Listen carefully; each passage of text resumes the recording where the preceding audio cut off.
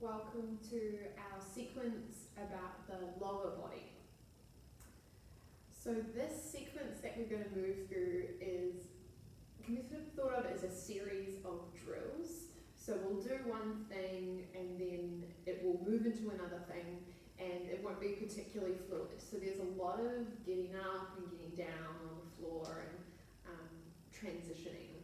And this is inspired by some work that I'm doing with a private client, and I just thought I'd put it on video, the sequence, because what I do with private clients is often quite different to what I teach in a public class. So if I was going to teach the sequence to a group of public people, I usually do think about more of this kind of flow of being on our backs and then getting up off our backs and staying off our backs until we find the floor again. So there's this kind of arch that happens in a normal class that we're just not going to worry about today. So it'll be a bit chunky, but I think that can also be really good. So drills for the lower body. You're not going to need too much. If you have a strap, that would be awesome. The strap, we're going to use it in two ways, looped and unlooped. And we're going to start unlooped, so you'll have a long strap. If you don't have a strap, a scarf is fine, or just anything like a rope that you can use to hook and hold. And then the only other prop I think we're going to use is a block. So if it's not a block, you can use a textbook and maybe just wrap a towel around it. Just something to give you a bit of height, something to balance on. So this is how we're going to be using the block. Okay, that's it. Let's get started. How we're going to begin this practice is just anchoring in the pelvis. So we're going to begin with pelvic tilts. Nice classic that I seem to teach all the time. Great way to start to find where you're at today. So you come and lie on down with bent knees, feet on the floor, and just your head resting comfortably on the mat.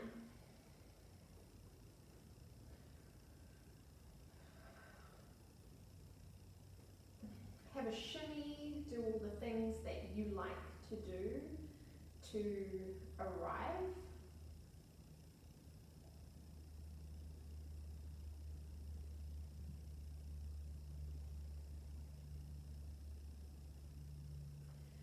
When you're ready, you'll just softly take your hands and lay them on the front of the pelvis. This is just for a bit of tactile feedback as we get a sense of what's moving underneath us.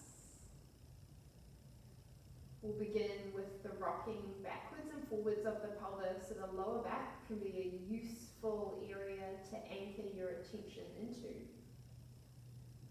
And then in your own time, you'll just curl the tailbone up towards the face so that the lower back flattens down on the floor, and it's like the pelvis is tipping backward in space, or the front of the pelvis is moving back and down, while the back of the pelvis is moving up. And then we go the other way, so we'll feel the lower back start to lift away from the floor, the front of the pelvis starting to drape forwards, and that tailbone is kind of tucking up towards the shoulders on the back side. Nice, and once you've found those two contrasts, you'll just go back and forth in between the two. Front, back, tipping just off the pelvis. A few more times.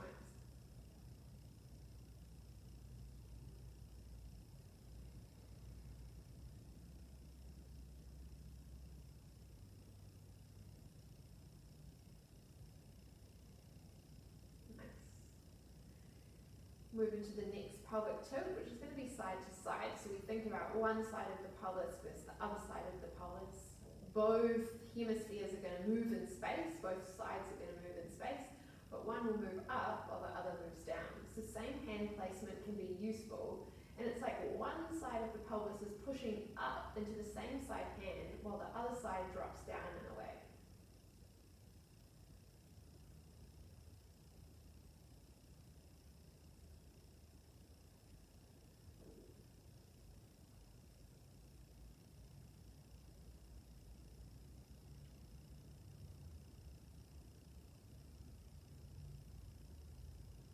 And then finally, we're going to go hands to hips. So this is a along, just rather than the front, you're going to go to the top of the pelvis, where you put your hands just on top of the crease between the hip and the waist. And we're going to play with a hike here, so it's the same side pelvis hiking up to the same side ribs. So the pelvis, one side hikes up, so there's a little side crunch from one side while the opposite side lengthens, and then you'll move over to the other side.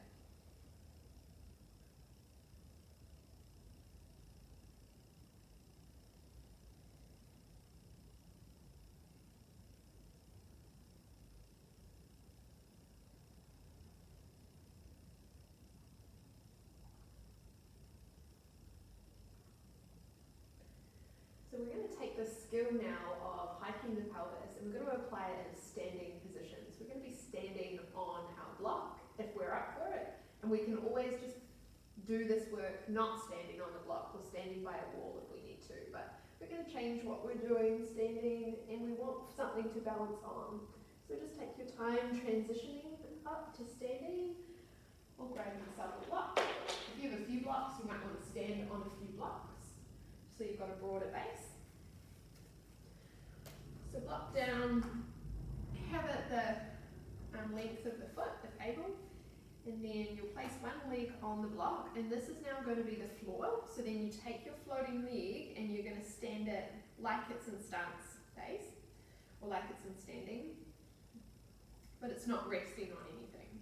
So hands back to hips here. And this is the hike again. So rather than thinking about, well, it might still work, but taking the same side hip up towards the same side ribs, can you instead lengthen that floating heel down towards the floor? So it's sort of like there's a draping, a heaviness, a lengthening of the floating leg side. And as you do this, you'll fall into a bit of adduction, a bit of a hip hop, and there's this compression on the opposite side. And then what you'll do is start to elevate or pull the leg back up, so you come back into what would be standing stance. Nice, and just do this a few times on the side so you get the sense of the heel dropping away, moving into adduction of the hip on the standing leg, and maybe a bit of a stretch or a pull, and you start to rein that leg back in, bringing yourself back up to standing. Let's do it once more on the side. If any of this is a problem at any point, turn to face the wall. I'll show you that on the second side. Do it this way. So you can have your hand on the wall for support. That makes a huge difference for some. Bring yourself first back into stance. Get clear on that leg, and then you're lengthening the heel away so the whole thigh moves down and away. And it's like you're suctioning the hip back up into the socket, back to neutral. Two more times.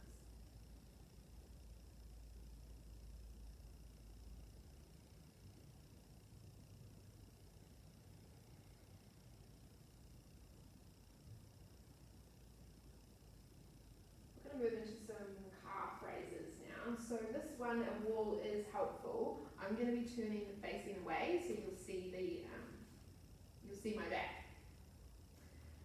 So what you'll do now is stand on a block. If you need to be creative, stairs work well, so you might move what you're doing, and you're going to go heels lifted away or off the block so that they can drop down, and both feet are going to stand on the block. So this is again when two blocks might be helpful. And just bring yourself about arm's width away from the wall so you can have flat hands on the wall. You may or may not need the wall, but just nice to be there. So you've got the balls of the feet, the fore of the foot on the block, and then the heels are off. So you can lift up and you can drop down. And essentially this is just what we're going to do for a while. So either use the fingertips on the wall, hold hands on the wall, or give it a go without. And you're going to push down into both feet, and you're going to do a calf raise. So you're lifting the heels, balancing on the tippy toes. And then there's a slow lower, and the heels are going to drop down below the block, reaching away. It's a bit of a stretch now through the calves. And take your time to do this. All the way up, heel raise.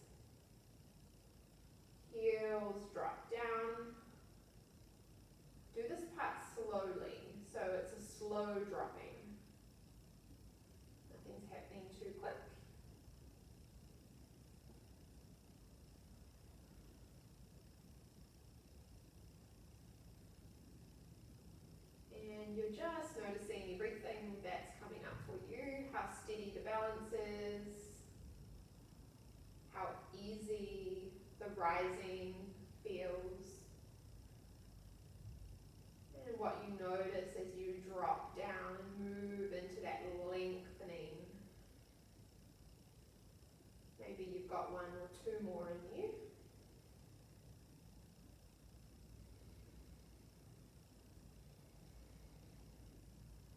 Nice. Now we're going to keep the block where it is. We're going to turn around, standing on the block. And now we're going to go more heels on the block, ball of the foot on the floor. So this is kind of going to feel like standing in high-heeled shoes. I've got quite a tall block, so I think ideally I'd go for a smaller one, but doesn't really matter. Should be okay. It's just quite a big stiletto high heel. So you're going to have the forefoot, the ball of the foot on the floor, if possible, and then both heels are resting on the block. Hopefully you can see. And then this is just like knees over toes. So this gives us a sense of being able to squat or move forwards, hands wherever. I'm going to go hands to hips. And what you're just going to start to do is bend into the knees, hinge at the hips, keep the spine relatively upright, and you're just going to go up and down a few times. So now it feels like maybe it's a bit more front quad stuff. The calves, the heels aren't moving so much, so they're just pushing down into the block. And as you drive down with the heels, you come up to standing, and then allow the knees to track forwards, hinging at the hips, squatting down. And just do this a few times, a few more times.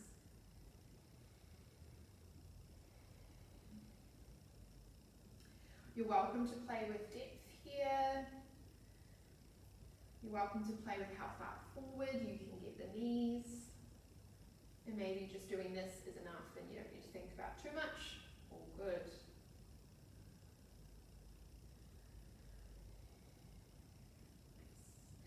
So at this point we've done a little bit of stuff around the pelvis, a bit of stuff around the ankles, and then this is for our knees. So everything's sort of been moved a little bit, especially forwards and back. Nice. So what we're going to do now is just come to lie on our back again. This time we'll grab the unmoved strap, and we're just going to do a little bit of back chain opening, or just kind of stretchy stuff at the back.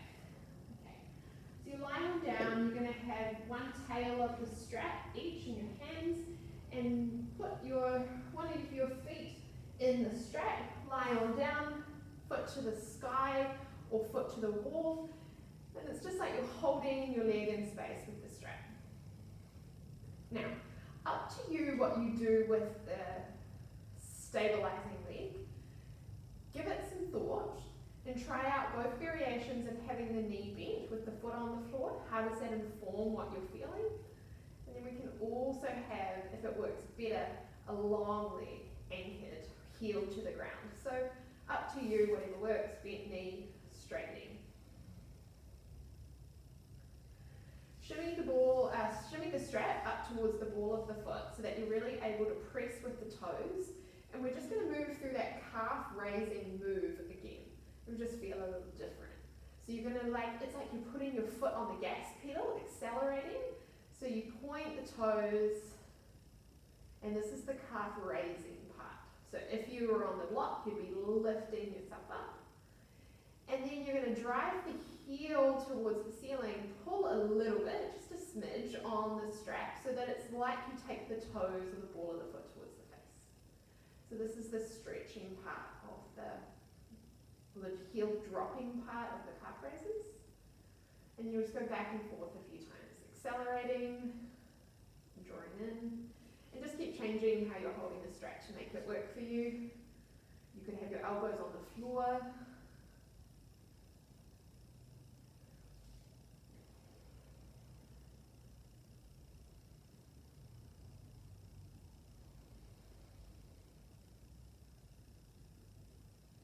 Cool. Now, from here, do the accelerating move. So you're pointing the toes, doing the heel raise. And then while the toes are pointed towards the sky, begin to curl the chin in towards the chest. So you're looking at your belly button, or picking the head up off the mat. Now, as the head drops back down to the floor, this is when you're going to drag the toes towards the face. Okay, so point toes, lift head. Lower head, draw toes to face. Let's do that one more time. Point toes, lift head. Heel to the sky, toes back, head drops. Nice. At any point, I'll cue it a bit more for the other side, you can do all this work with a bent knee, so it doesn't have to be straight knee. You can come into quite a lot of sensation around the hip more by having the bent knee, so do play with that. You can go point and down. So when you're ready, we're going to move into the other side, so you might reset or just switch legs. Again, check which stabilizing leg position serves you. Is it long legs? Is it bent knee?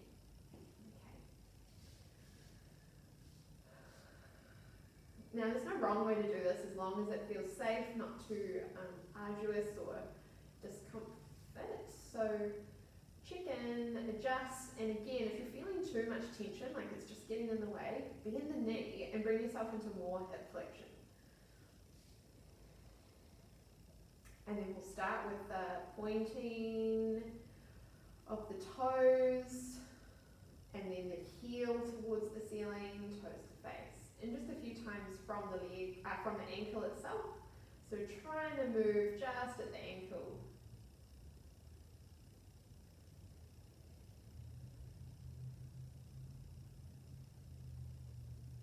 Cool. And then the next time that your toes are pointed up to the ceiling, lift the head.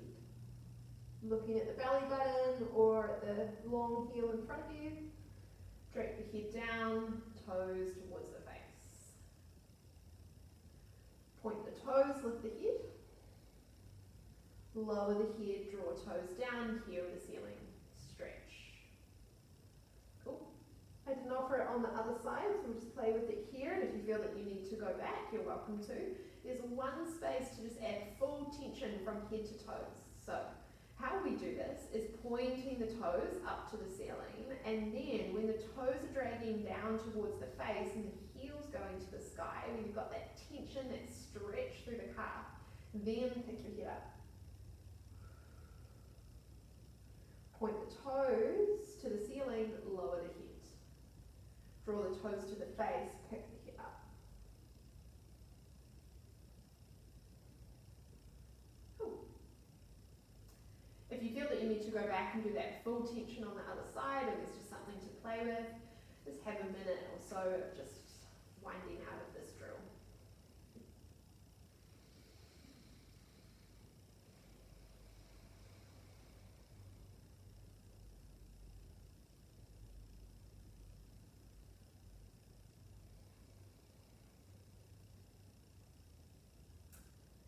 Okay, so again, the next thing we're doing is standing. We will be maybe using a wall for balance. No rush to get there. I'll just check on how the recording's going, so you'll see me walk off screen for a moment. But I'll just meet you up standing, still with your strap in hand. Maybe you like a loop strap for this one.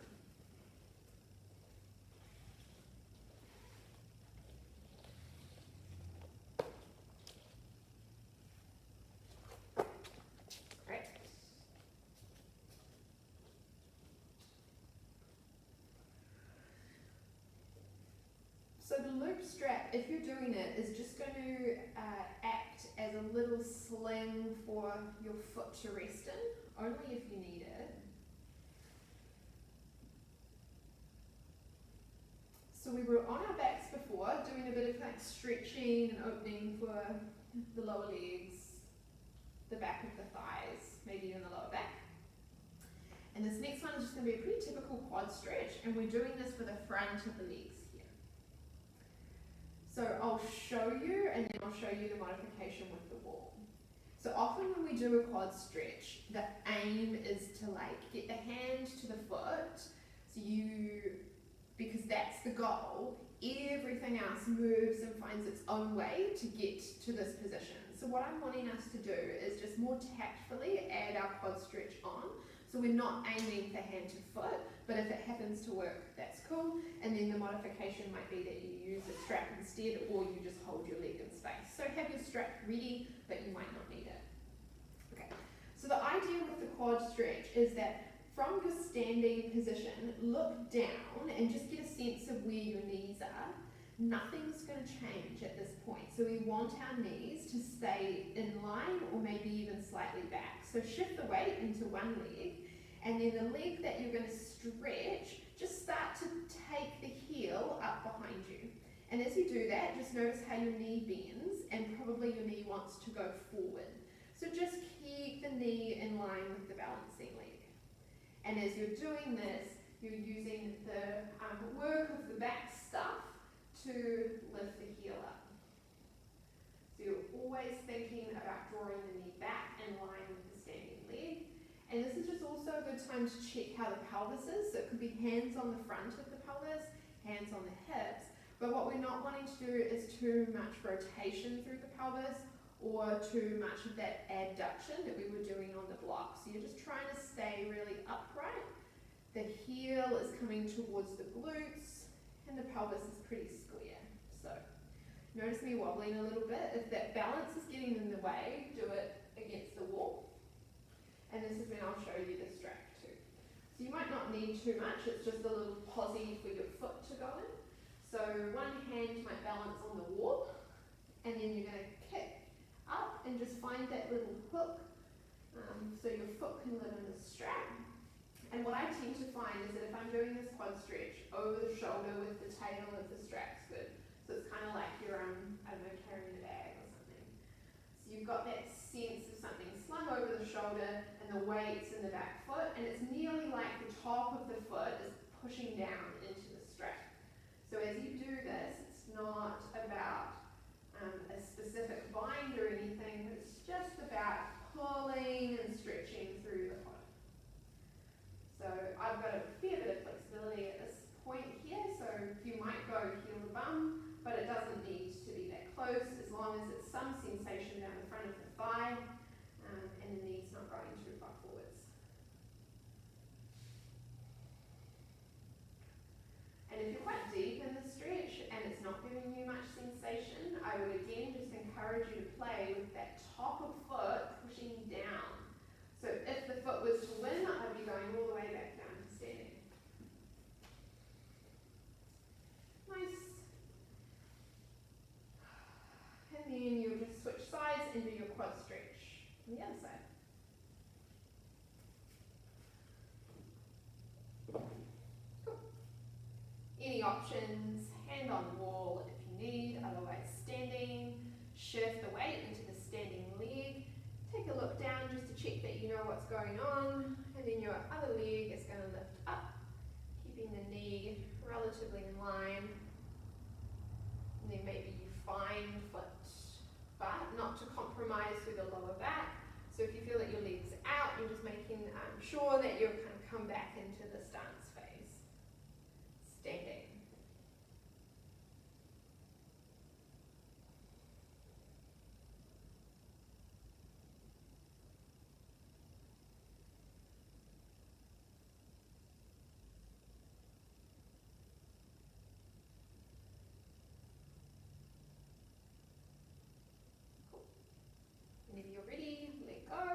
We're going to come to lie on our backs again. In a moment, we're going to use our strap and our block. So let's get our strap ready for how we're going to use it.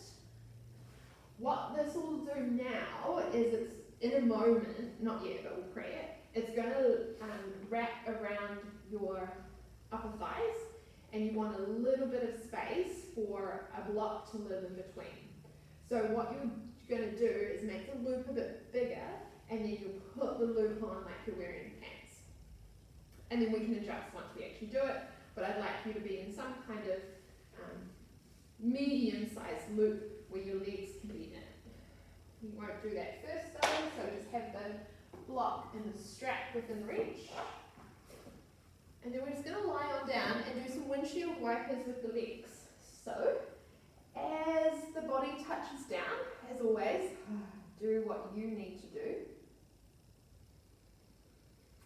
And at the beginning of the class, we started with with moving the pelvis. So what we're going to think about now is the pelvis staying still and the legs moving. So all we're going to do is the windshield wipers, which are the legs, are just going to sweep from side to side. Hands on the front of the pelvis for feedback. We're not wanting to get that side to side movement in the pelvis, definitely not that height. And all we're going to do is just try and push very gently our pelvis down into the floor, and we're looking for limited movement here as the knees softly start to move from side to side. And at the beginning, just really micro movements, just kind of scanning, where do you want to move? And then over time, take your feet wider than the pelvis. And you're not going as far as the pelvis moving, you're just doing enough so that you're moving through the hips. You might feel a little contraction underneath your hands, but it's not like one side of the pelvis is lifting up, so it stays grounded. And then you, over time, just make it bigger and bigger, and there will be a certain point here where the pelvis does kind of come along for the ride. So you'll feel when that is, and then allow the movement to go. So as one knee drops in, that same side pelvis rolls off the floor. But you're just becoming aware.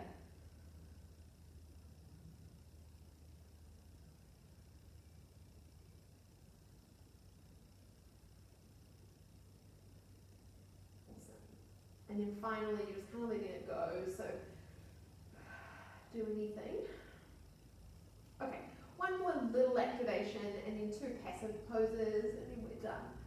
So this isn't much in terms of movement, but it's quite strong contractions. So I'm going to kind of fence you in. We're going to peg ourselves in and just then contract into our containment. So this is when you're going to put your pants on. So the strap goes through the legs, wraps around.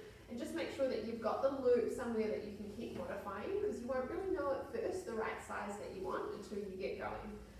Okay, so feet on the floor, and then you're going to take your block and place it in between your knees. And so this is now the size that you're going to restrict. So you've got the block in between your legs. Any variation is fine. So if you like a wider stance, you can have the block wide, medium, or narrow.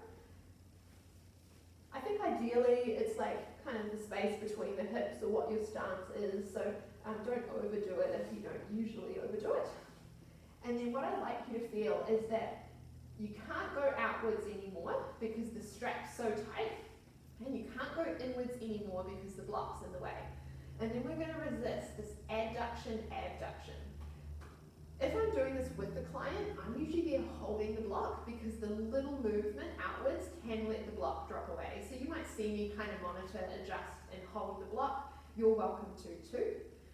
So feet on the floor. Think about squeezing the knees together. So you're popping the block, or you're adding the pressure into the block. And just notice what this does, especially to the inner thighs, the groin. Do you feel a sense of tone there? Switching and finding and connecting into the adductors, inner thigh muscles. Squeeze, squeeze, squeeze. Now, you're going to start to resist the strap, and it's like you're tearing it apart. I don't quite know when I begin where exactly I want the strap. Sometimes it's a little higher, sometimes it's a bit lower towards the knees. But either way, now it's like they're trying to take the legs apart, abducting, pushing into the strap. And the tone here might be everywhere, but a little more around the outside of the hips. So resist outwards, trying to tear the strap apart, and then you're just going to alternate for about 5, 6 rounds. Pushing in when you're ready. Squeeze, squeeze, squeeze. Pushing out when you're ready. Push, push, push. Nice. Squeeze. Out.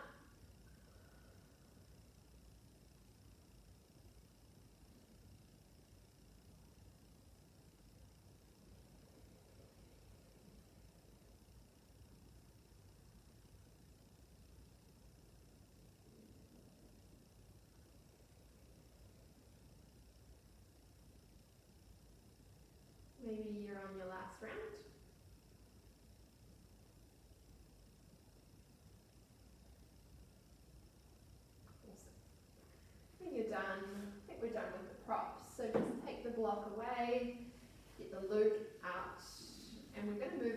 butterfly pose. Not here for too long, but you're welcome to stay here for a long time if you've got the time. We'll just move and fall out and spend some time in this sort of abducted and laterally rotated position. So the feet touch, the knees fall out, you've got bent knees. And you're just finding that kind of sweet spot.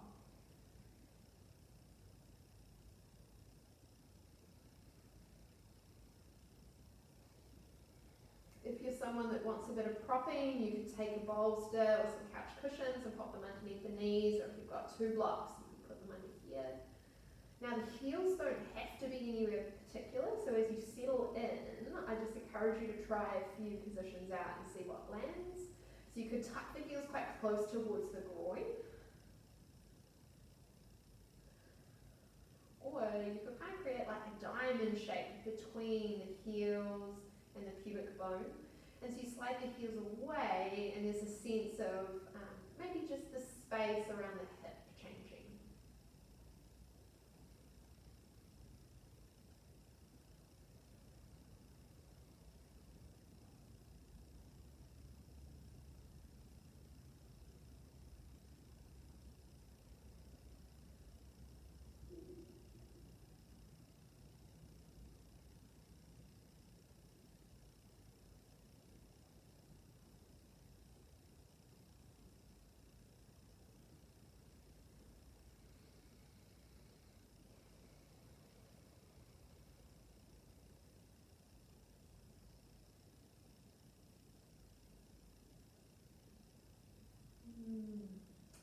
Time from here. We're going to go the other direction, so not much changes with the body, but all we'll do is bring the knees together and walk the feet out. So you might use your hands to help you, or just think about connecting again both knees like you were trying to squeeze the block together before. Once the knees touch, start to toe heel the feet out to the outer edges of the mat, and this is our constructive rest position. This is where we'll kind of wind down and finish the class. So you'll just start to hear the music fade in, and you're welcome to stay for the duration, or even longer, or maybe if you feel ready to move, you just windshield wiper from here, and then get yourself up into the day. But if you're going to settle in for a little while, find the sense of the knees just balancing on each other, so you're not working to hold the legs up. Maybe you just over-accentuate it by taking the feet wider than the mat. So you're really internally rotating through the thighs, just changing from our natural orientation